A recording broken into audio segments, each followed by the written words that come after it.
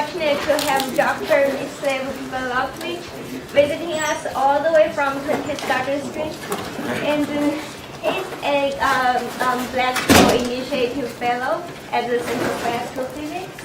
And he's originally from Zagreb, Croatia.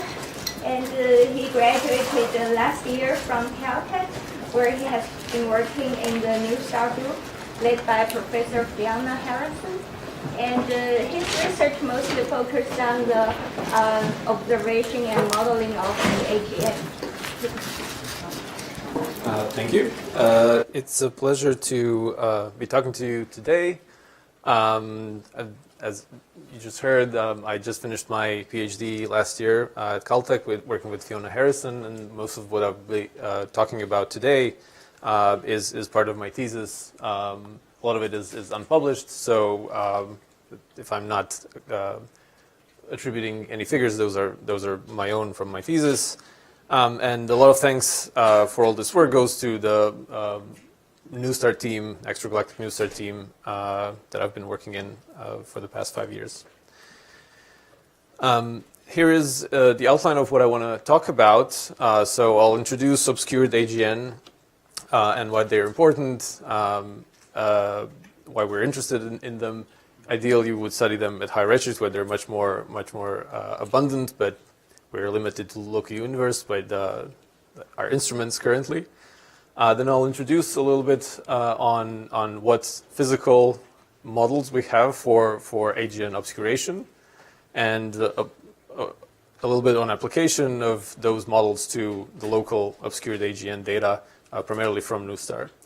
And I'll summarize with how we can do even better in the future and what we've learned about local obscured Agean, and also what that implies for higher redshift counterparts.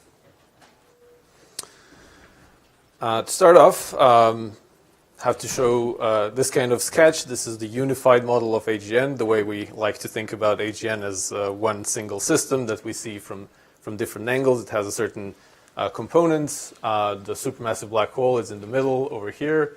It's surrounded by an accretion disk, some kind of a broad line region, ionized clouds that emit broad emission lines. There may be a jet perpendicular to the accretion disk.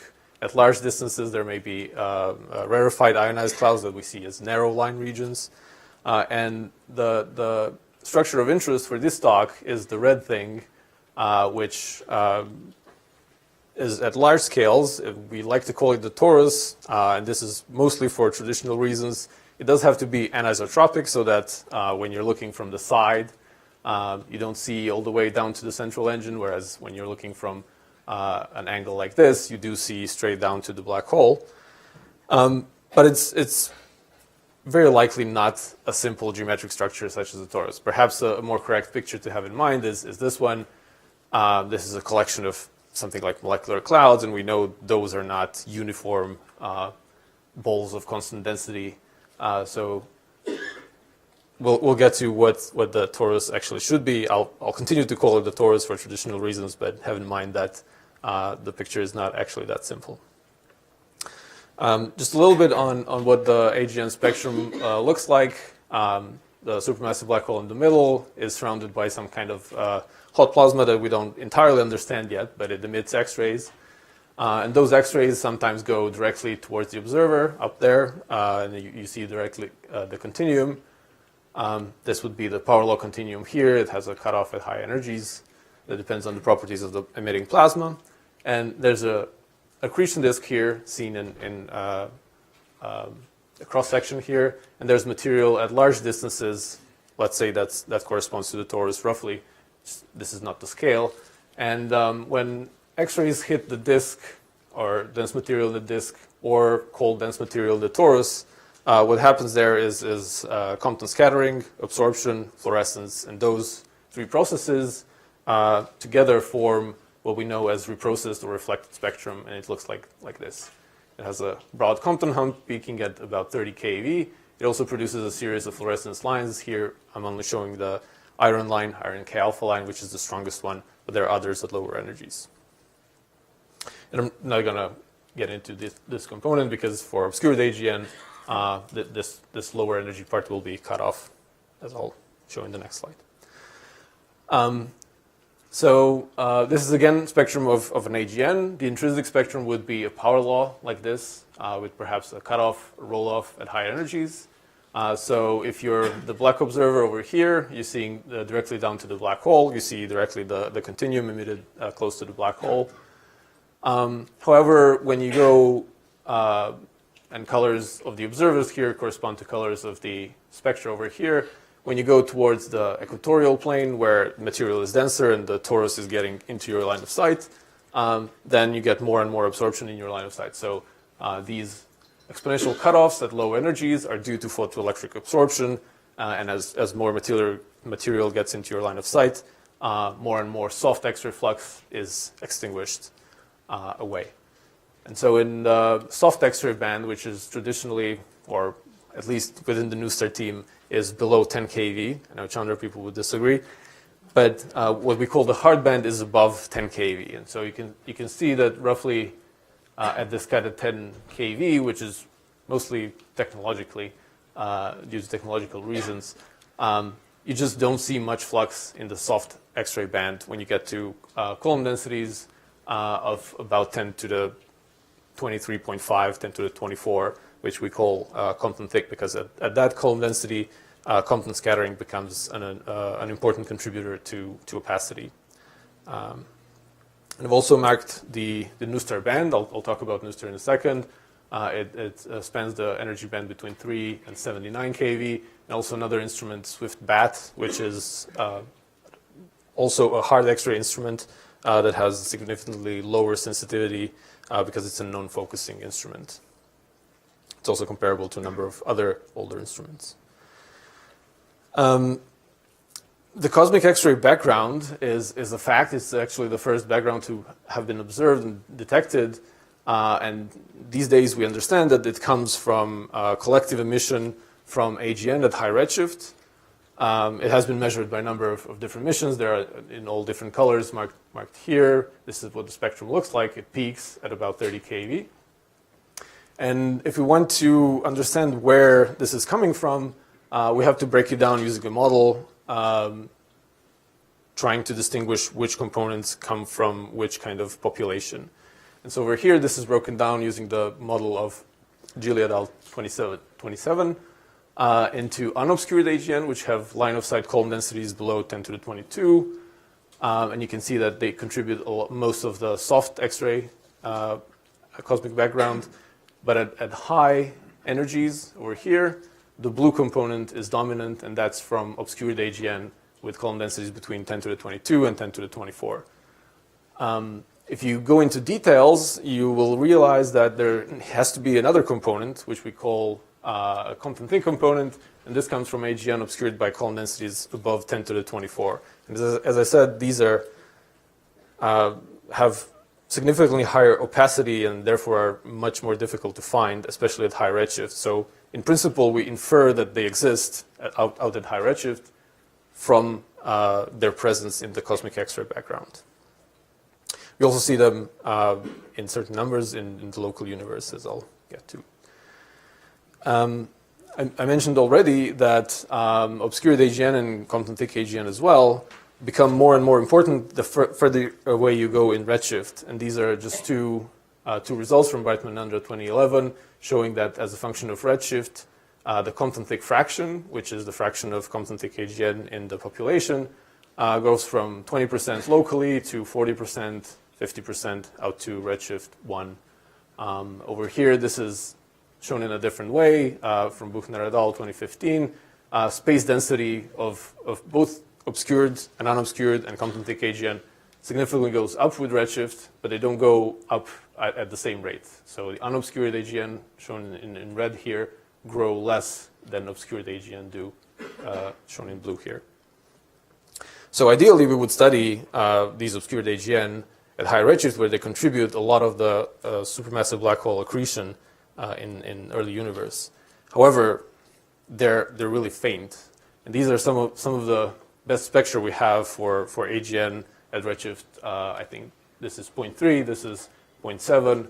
This is from a serendipitous survey that NuSTAR has done over the past 5 years from Lansbury et al. And from Zapacosta et al., this is a Cosmos, a deep field object. And you can see both of those have maybe a few hundred counts. You can, sometimes that's enough to just infer what the Coulomb density is that you're looking through, but you can't really learn much about the obscura itself from spectra that you can't analyze in more detail. So we go back to the local universe and study them in a harder X-ray band in the local universe. Whereas with Chandra, you would have the hard X-ray band redshifted into the Chandra band. So you could do that at high redshift if you had the counts. With NuStar, NuStar extended the sensitivity, high sensitivity to hard X-rays. As I said, at 10 kV, other telescopes that we had and have in space cut off in their effective area. NuStar peaks at 10 kV and then falls off slowly to 79 kV. Its mission for obscured AGN is twofold. One is just directly observe the obscured AGN populations and resolve them into particular sources, resolve the CXB, cosmic X-ray background. And what is shown over here is a result from 2015 where 35% of cosmic X-ray background has been observed down to a certain flux directly. So we can directly account for populations for 35% of the population. So there's some way to go still to have to understand the CXB completely. But another way to make progress is to look at local obscured AGN and try to understand the obscurer in more detail through detailed spectroscopy of local sources. So what are the models that we have to work with? This is one that's popular and it's easy to use. It has been popular for 30 years and it's very familiar to people. Either whether it's Pextra, Refleonics, or Silver, these are different versions of it, but essentially it's a slab of material. And I didn't do it justice here because it's actually infinite and infinitely optically thick. So you have an X-ray source, you shoot X-rays into this optically deep slab, and some kind of reprocessed light comes out. Now, that's sometimes enough, but if you wanted to study the geometry of the obscurer, this is clearly improper because it actually doesn't have a geometry. Other models have been built throughout the 90s where it was very popular to do this. But most of those actually have not been published in a way that would be useful for fitting the data. And so Murphy and Yacoub made this kind of model in 2009 where they took literally a torus of uniform density with an X-ray source in the middle and calculated output spectra for a range of parameters, including inclination angle, Coulomb density, and then the input spectrum. Ideally, you would also be able to vary the half opening angle, which determines the covering factor of the torus as seen from the supermassive black hole or the X-ray source. However, in their model, this is a fixed quantity. It's 50%. Liu and Lee, 2014, is the model shown down here. It's essentially a uniform sphere with two polar cutouts defined by some angle. And that angle is sigma here. They did a different kind of model which has actual clumps within, that doesn't have a uniform density, but also has a fixed covering factor. And so if you wanted to model the opening angle or the covering factor, these models would not help you. But new models are coming. More will come. This is just one model that I published earlier this year. It has the geometry that I just mentioned, the uniform sphere with polar cutouts. This geometry actually has been used before by Brightman and Nanda 2011. Unfortunately, we found out recently that the code used to calculate that model actually has a bug, so that doesn't output correct spectra. And also in my calculation, we've added more of the fluorescent lines that appear at lower energies. We included other parameters like relative iron abundance, like high energy cutoff, that you can now flexibly apply to X-ray data and get some of the parameters of the torus out. And this model is available online in a format that you can read into XSpec and directly apply to X-ray data. Just to be a little clearer on what I mean by determining the parameters of the torus from the spectra, here you can see what I mean by modeling the opening angle. So the covering factor as seen from the X-ray source in the middle varies from 90% here to 10% here. And the spectrum for 90% covering is over here. The dotted line, sorry, the dashed lines here denote the spectrum from the torus itself.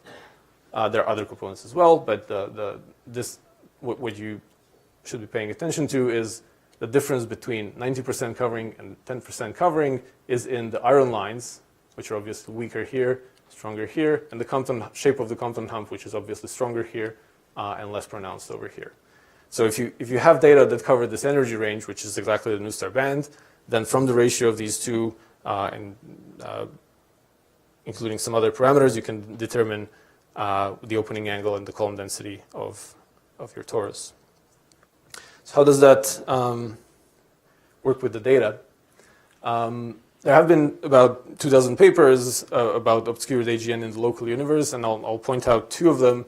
They tend to give the same, point to the same results, which I'll summarize in the next slide. Over here, I'm just showing a Intrinsic Agean, NGC 424, and you can see in blue, new star data, very short observation, 15 kiloseconds, compared to SwiftBat, which is integrated over 7 years. Comparable error bars, worse energy resolution, but error bars are about the same. And this is averaged over a long time, so it's not actually an instantaneous spectrum. And there's also Beposax in green, which has obviously longer observation, larger error bars, and also this is two different instruments. So if you really want to be accurate about the ratio of the iron line to the Compton hump, you have additional uncertainty that is the cross-calibration between those instruments. One other interesting thing to point out, this is another Compton-thick Agean in the local universe, NGC 1068, is that this is a pure reprocessed spectrum. All of the line-of-sight column density, has extinguished all of the flux that comes directly from the X-ray source. So all of this flux comes from scattering in the torus. And the shape of the spectrum actually tells us something about the geometry. Over here, we are looking at another. This is on a different scale, but you're essentially looking at the same thing. So iron lines over here, and then Compton hump at high energies, and two different observations of this object determined that there's a significant difference in this part of the spectrum that comes from the fact that in this point, what happened is that some of these clouds that make the torus have gone away out of the line of sight to free some of the photons that came through, and that's what created this additional flux at high energies. So this has been observed in AGN that are lightly obscured, and it also actually happens for Compton-thick AGN that could not have been observed earlier because of the lack of sensitivity in this energy band. So to summarize many of these studies in the local universe, I think they're pointing to two things. And that is that the average column density along the line of sight and the average column density of the torus are not necessarily the same. So these uniform models are not the best models to use. And also, a lot of times, these fits to observe spectra indicate that the component that's most prominent in these spectra is not actually, if you're looking from the side, it's not the component that comes from the nearer side of the torus. It's actually the far side of the torus that dominates the spectrum. And the way to understand that is illustrated here. If you have an X-ray source here, you have some scattering at point B, scattering at point C, and then from point C, photons that have been scattered around just exit the torus through some kind of a hole. So it doesn't actually suffer another scattering here or another scattering here. And the spectrum from the inside of the torus and the outside of the torus are actually different. And we can actually see that in the data now. because we have flexible enough models now, we can also look at non-Compton thick tori, those that have lower column densities in the line of sight. And these are, from my paper in 2018, 4 different AGN, 4 different types. This one is fully unobscured. This one is lightly obscured, has a little bit of a cutoff in the X-ray nu-star band. This is more obscured. This is even more obscured. And there's a range of quality of data. This is very long observation of very bright AGN. This is a short observation of a bright AGN. And these are typical for bright hard X-ray Seyferts in the local universe. And what I want to point out here is that their dotted spectra, which are the torus components, the reprocessed light from the torus, they all look different. And that's because they have different parameters, different covering factors, and different average column densities. This is summarized here. For the moment, let's focus on the left side here. So this is single epoch constraints in the parameter space spanned by the covering factor and the average column density. And you can see that they occupy 4 different regions. This is something we could not have done before with other models. On the right side here, I'm trying to point out several issues, and one is that if you have multiple epochs of data, in these 2 cases, you'll end up with a slightly different result. And the reason that is that in a single epoch spectrum, you don't really know what the average intrinsic continuum is doing, because AGN vary, and at any given time, you can see it in an excited state or a depressed state. And it really does matter where the continuum is to know how to normalize the torus contribution. So torus is a large-scale structure, and it doesn't respond to fast variations in the intrinsic continuum. It gives you a signature of some past average of AGN luminosity. So including multiple epochs actually gives you slightly different results that appear even statistically inconsistent with one another. But this is much more robust. And also another issue is that additional information can be included. For example, if you know an inclination to some AGN, and this AGN is 3C390.3, is a radio galaxy, and from radio data we can measure the inclination angle from jet to counterjet ratio. And if you fix that, then again you'll end up with a different answer as to what its covering factor and the column density of its torus is. And there are other issues I can come back to later. So these have been individual AGN. Can we go to a large representative sample where we can test the average Seifert torus? This is the bulk of my thesis has been the survey of local AGN selected by Swift-BAT, another hard X-ray instrument that scanned the whole sky, picked up all the brightest hard X-ray AGN. We observed them with nu-star and Swift XRT simultaneously to get a broadband snapshot of the spectrum. And you can see over here their distribution in redshift, in luminosity, and this is the flux cut and a redshift cut. So these are objects detected in the Swift-BAT 70-month catalog and also optically classified as Seifert 2s. So we'd expect most of them to be obscured. There's 134 of them in this sample. Over here you can see the quality of the data. So exposure, nu-star exposure is roughly 20 kiloseconds. These are all short observations, shortest that nu-star can do. The idea was to go pick up as many as possible in a given amount of time. You can see the count rates here.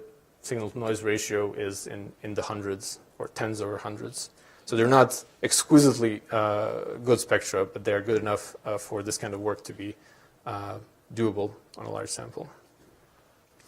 First of all, something to look at is are their spectra consistent with just being type 1 AGN with additional obscuration? And as it turns out, their intrinsic continuum shape does actually match what we see for type 1 AGN. So if you look at the slope, the photon index of this intrinsic spectrum turns out to be just below 1.8, which is consistent with type 1 AGN. And also its high energy cutoff turns out to be roughly 300 keV, consistent with type 1 AGN, where this has been measured.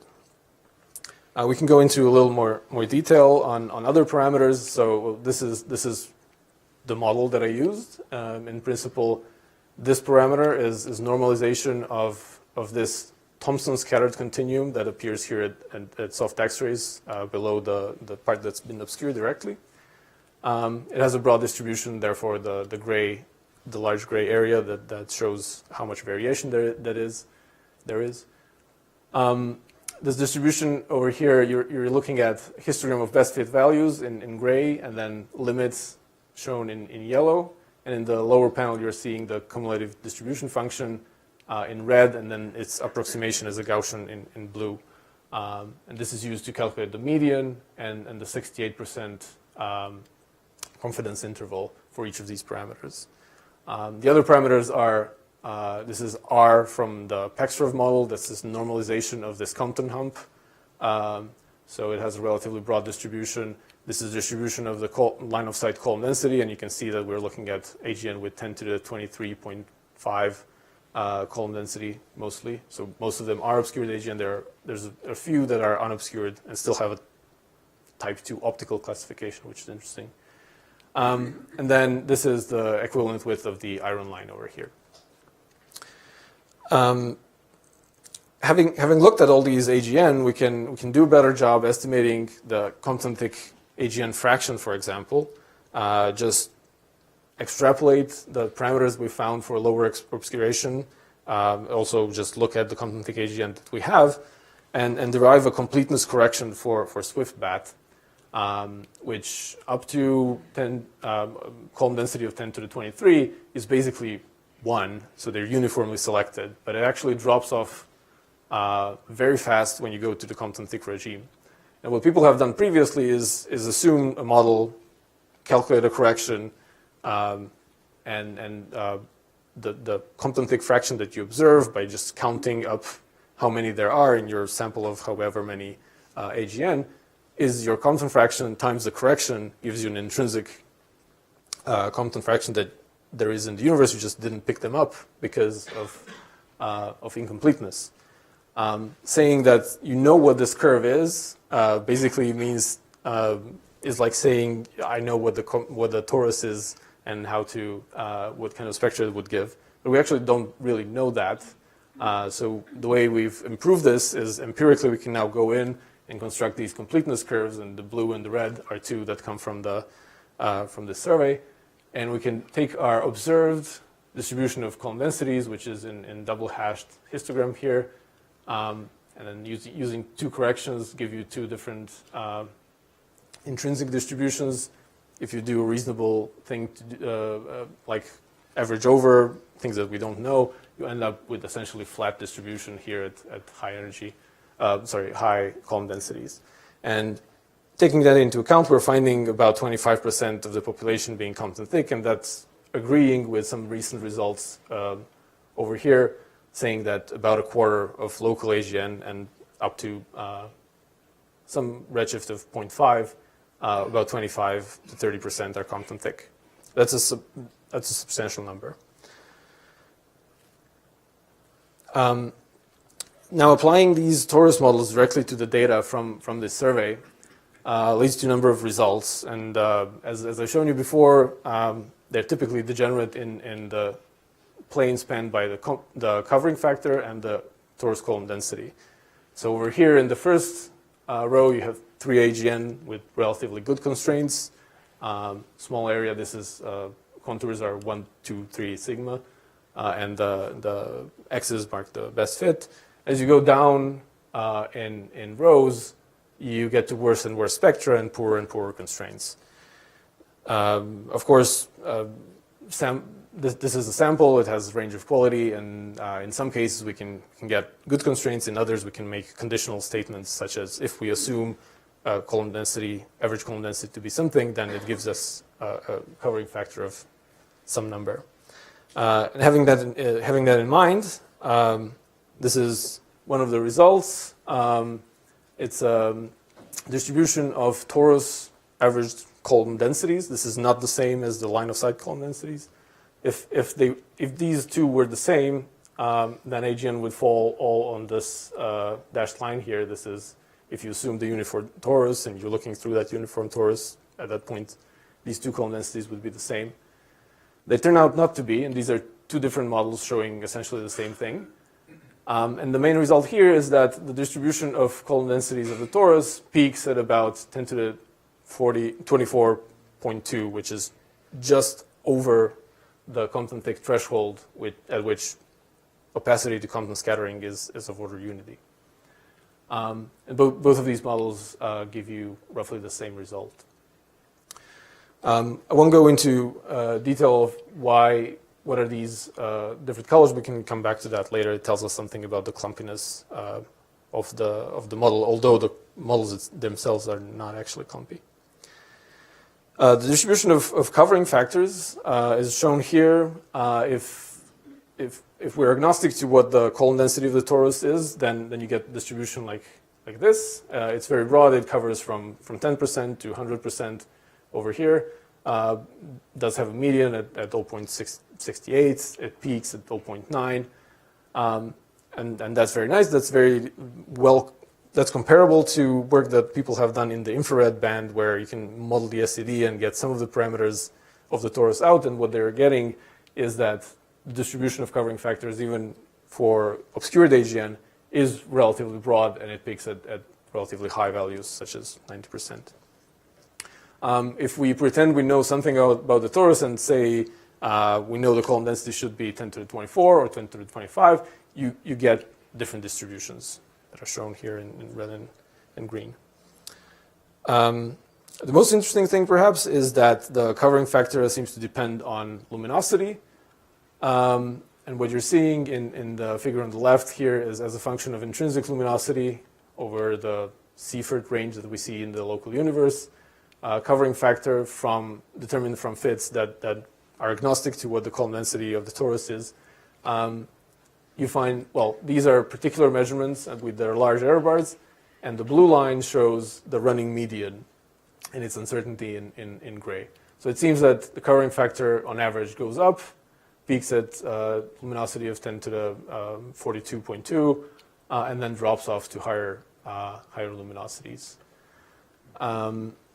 You can compare that, well, on the right here, we're comparing that. This is the blue line again. The red and the green are from the previous slide, as you remember, if we say, okay, we know what the column density of the torus is. So even though they give you different average covering factor, they do have the same kind of trend. So things go up, covering factor peaks at about here and then drops off. And this is also nicely consistent with measurements of the fraction of obscured AGN as a function of luminosity in the local universe. And those are given in these boxes, the hashed boxes from Brightman and Undra 2011. And also the thick gray line over here shows the same behavior. This is counting statistics from roughly the same sample of Swift bat selected AGN in the local universe. So that plays into the game where you can when you directly relate the covering factor of the torus to the viewing angle, saying that these things correspond, and you're just having random viewing angles to your AGN. Okay, so to summarize that a little bit and see what we learned, from having observed these highly obscured AGN in the local universe, what we can do is take their spectra and try to redshift them out to high redshift and see what kind of band ratios or colors they would have in deep surveys. So this is an example of that. So these different lines are different particular AGN that I've redshifted out and looking at their ratio within the NuStar band, 3 to 24 and 3 to 8 keV. And there's some very early NuStar results plotted here. This is a newer figure from Lansbury et al. 2017, where you can see that this area over here that's defined by where we observe the Compton-Thick AGN in the local universe is helping to determine which of these really faint detections seen in these deep surveys are potential candidates for Compton-Thick AGN at higher redshift. And sometimes their spectra look like this, so it's not possible to do much more to check whether they're really Compton thick and learn something about their obscurer. But at least we can count them up and see how the obscured fraction and the Compton thick fraction change with redshift. The way to improve on this would be, as I pointed out before, having multi-epoch data to model the torus in more detail. This is one example, NGC 7582, where you can see that this torus contribution, again shown in dashed dotted lines, doesn't change with time. This is an assumption that apparently fits the data, whereas this contribution in dashed lines, that's the intrinsic continuum, and that varies. And the line of sight column density also can vary if you assume that the torus is clumpy. That's no problem. And so these kind of constraints I would trust much more than the single epoch measurements that I've just shown for a large sample. There's plenty of data available out there because these models have simply not been used. A lot of these AGN have been modeled previously with just a slab kind of approximation for the torus. And then when we have more robust constraints on the torus from the X-rays, we can compare that to the infrared, for example. If you take the infrared luminosity ratio to the intrinsic luminosity ratio, what you're essentially measuring is how much of the X-ray or UV flux is captured by the torus and then re-radiated in the infrared. So that's a proxy to the covering factor as well.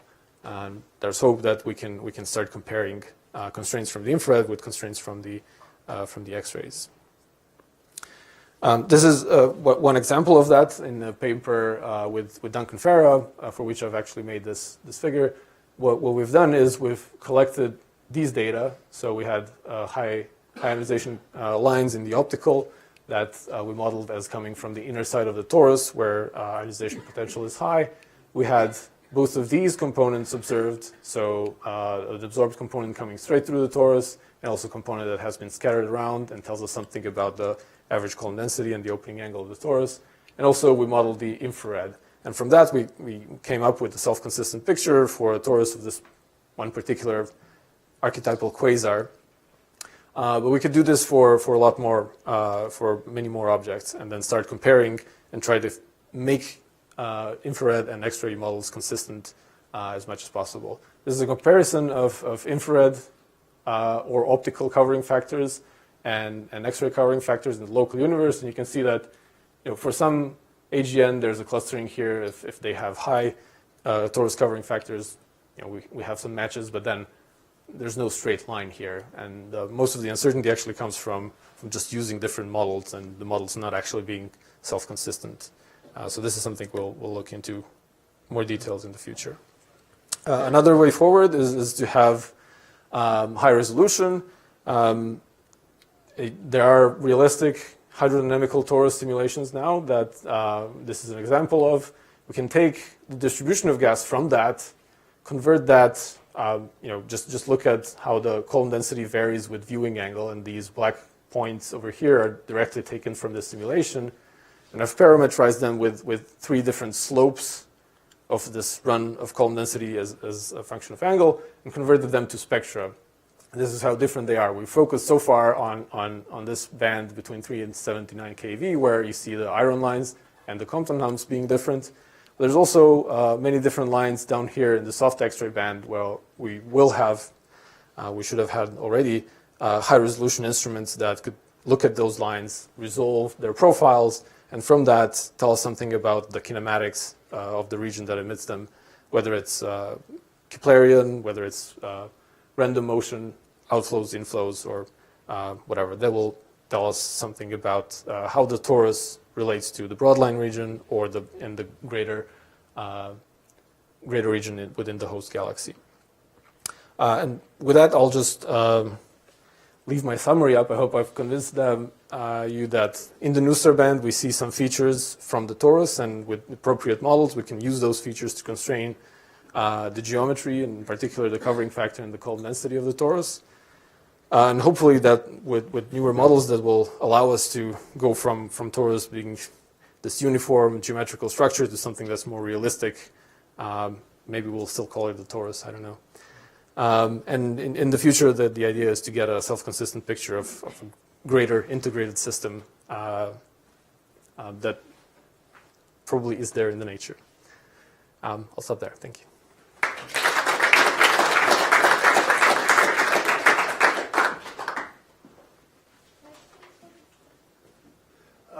This subject is also studied with optical reverberations since Bradley Peterson, 1991, observed the continuum to emission line reverberations. Can you do the same trick with this? Is there some signature of brightness fluctuations of the nuclear region at a different wavelength, perhaps? And can you see if you get the same result for opening angle and then size of the torus as Bradley Peterson? Mm-hmm. Yes, I hope that in the future this will be possible because the torus is a larger structure than the broadline region, presumably. There's probably an interface region where they overlap. Timescales are longer, and you also have to have relatively dense sampling, as you probably know from reverberation mapping of the broadline region, to be able to constrain that well. But yeah, hope is that it will be possible in the future. The reverberation to the infrared signature was believed to be the signature. Same thing could be done in X-rays as well. If you just look at the reverberation of the features from the torus with respect to the intrinsic continuum in X-rays. Have you thought about linking to black hole models that have fundamental parameters like the mass and especially the spin of the black hole? No, not specifically. Maybe I'm not. I'm aware of one result that when you started, they said that they constrained the spin of the black hole. Oh, sure, but this is done through. Physically, it's the same kind of reprocessed spectrum, but that spectrum where you can constrain the spin comes from reprocessing in very innermost part of the accretion disk. That has to be spinning very fast along with the outer parts of the black hole for lines to broaden, and from broadening of the lines you measure spin. This is physically it's the same kind of reprocessing, but it happens on a very large scale, parsec scales or so, and their material is moving really slowly. So broadening from Doppler shifting is very low. People say the torus is clumpy, and you haven't done this, but other people have said, oh, well, it's made of molecular material, and we know molecular clouds are clumpy, therefore it's not surprising it's clumpy. But if you're this far in a galaxy, in a region where the tidal shear is extremely high, the clumpiness is not likely to be due to gravitational instability. And if it's clumpy, it's probably some other kind of instability. So do you have any insight as to what a little bit might be? So, for example, specifically in this simulation that I mentioned, what's happening is inside the torus, there is star formation, and there's enough turbulence stirred up by star formation to keep the torus relatively puffed up. That's a long-standing problem of how do you maintain a structure that has a large scale height, because it would relatively quickly collapse into a disk. But there has to be some source of turbulence, or maybe input of energy from the black hole itself, where it shoots out winds and outflows that they don't quite reach the galaxy, but just fall back down somehow. And that's two ways of trying to make a relatively thick structure on parsec scales. But these are ideas.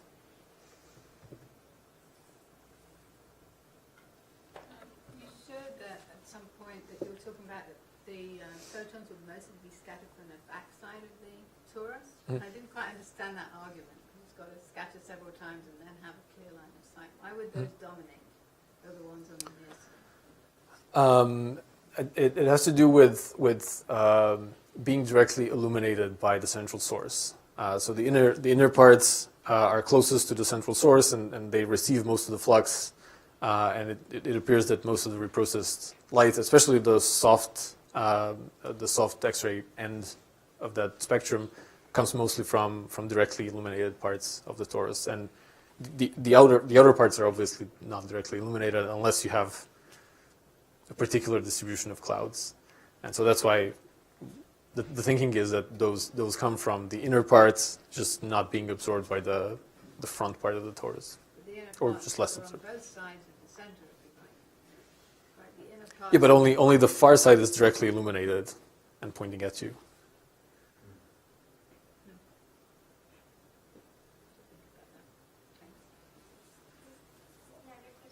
Yeah, nice talk, but one thing I want okay, it's absolutely fine. One thing I want to mention is that I think it's very important to compare this spectral data with Chandra images. And the reason I'm saying that, I don't know if you were here last Yes. week. Okay, so I showed an example where first of all, we have emission in the cross-cone direction, and that means porosity, has to be porosity or so forth. But the other thing is that in the soft emission lines, which you predict in your model, and I think are an important component of what you can do, quite a lot of those are coming from farther away. So just taking just an X-ray spectrum without spatial resolution may lead you to wrong conclusion.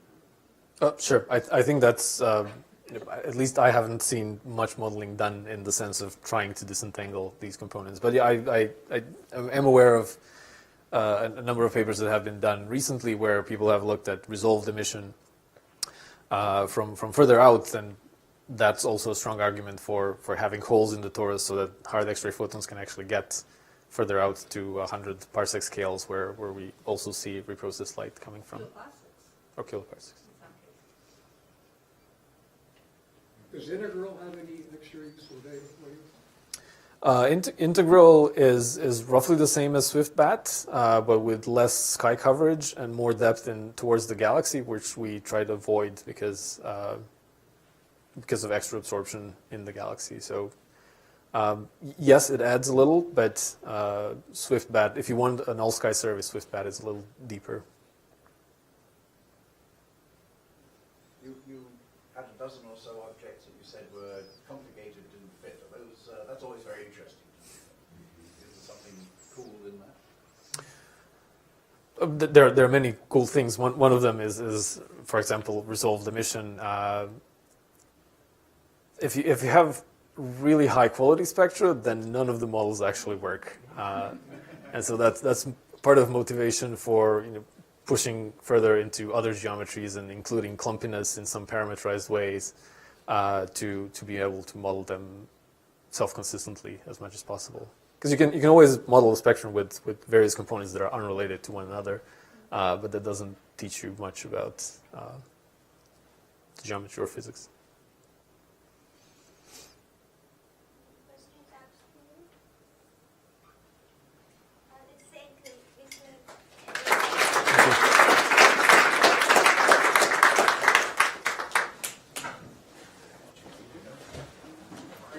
Still didn't understand your explanation. Maybe you could go back to that slide. Should I disconnect? Let me just turn this off. It's a very nice talk. Thank you. Really good slides, particularly the intro. Thank you very much. Okay, so just to explain this, you need to Just see want to the know, I did a differences PSF to at appreciate 67 kV at NGC 3081. About a 3 sigma excess, about 5 to 1 arc seconds out. Where you were saying this is 9K directly alpha. illuminated? Which one is This is the one that I got from the BPT. Oh, no, the BPT.